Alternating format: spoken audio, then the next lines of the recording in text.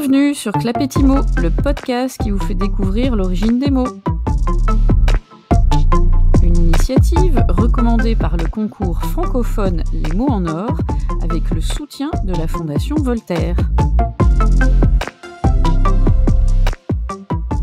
On joue vite tout le temps, on enchaîne les balles, donc je pense que c'est complètement naturel depuis que je suis tout petit. Donc, voilà. Je me demande beaucoup trop de choses, mais voilà, c'est ça aussi les jeux. Moi, je vais être champion olympique, c'est pas avec un judo comme ça. Je vais être performant, tonique et être décideur dans mon combat. Donc voilà. Quand ça sera comme ça, là, j'aurai le sourire. Pour l'instant, je suis le boss. Les entraînements, en fait, c'est en général entre 3 et 4 heures par jour. Dès le matin à 6 heures, en général, les départs sont très serrés. On a peut-être 1 minute de repos sur 2 heures d'entraînement. Donc on parle pas beaucoup, c'est pas très fun non plus. Vous avez reconnu ces voix qui nous ont fait vibrer il y a quelque temps aux Jeux Olympiques de Paris et vous avez compris qu'aujourd'hui, nous allons plonger en toute modestie dans l'univers exigeant du sport de haut niveau avec le mot discipline. Mais d'où vient ce mot qui fait transpirer nos champions ? Accrochez-vous à vos haltères, on remonte le temps.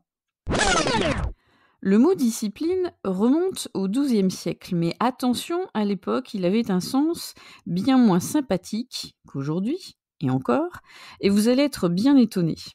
Il avait en effet le sens de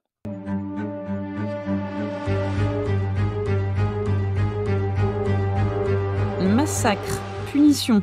Oui, vous avez bien entendu, hein.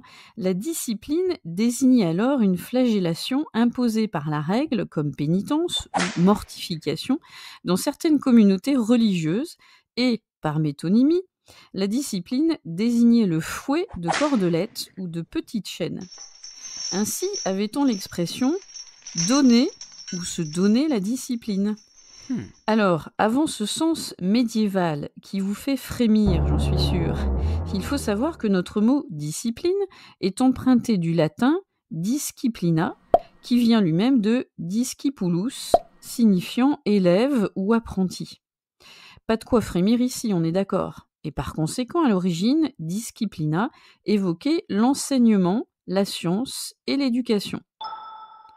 Être sous la discipline d'un grand maître, c'était recevoir une direction morale et une influence positive, un peu comme nos athlètes olympiques qui sont sous la houlette de leur entraîneur pour atteindre l'excellence. La discipline est donc devenue synonyme de méthode d'instruction et d'éducation.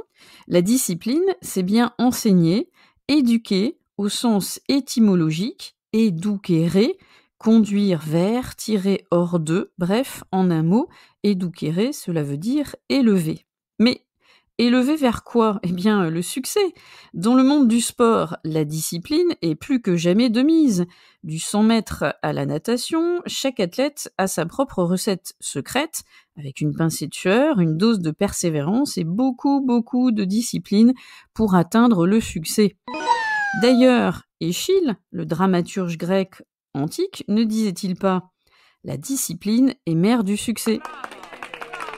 Nos sportifs de haut niveau connaissent bien cette réalité et cette quête du succès. Entre les entraînements intensifs, les régimes stricts, les nuits de sommeil bien calculées, leur vie ressemble parfois à celle d'un moine, mais en short et en basket, hein, et pour certains, en route vers le succès. Sans se donner la discipline, vous l'avez compris, sans ce fameux fouet de cordelettes. Mais la discipline, c'est aussi un ensemble de règles de conduite communes. Que ce soit la discipline militaire ou scolaire, par exemple, elle est essentielle pour maintenir l'ordre et la rigueur. Pensez à la discipline d'une armée ou d'un lycée où chacun doit se conformer aux règles pour éviter de passer en conseil de discipline, justement. Et bien sûr, la discipline, c'est aussi l'obéissance et la soumission personnelle à ces règles. Réussir à force de discipline, c'est s'astreindre à une rigueur à toute épreuve. Voilà, c'est la fin de notre sprint étymologique sur le mot discipline. Allez, tous en piste pour la prochaine Olympiade étymologique et je vous donne très vite rendez-vous sur Clapetimo pour une nouvelle histoire de mots.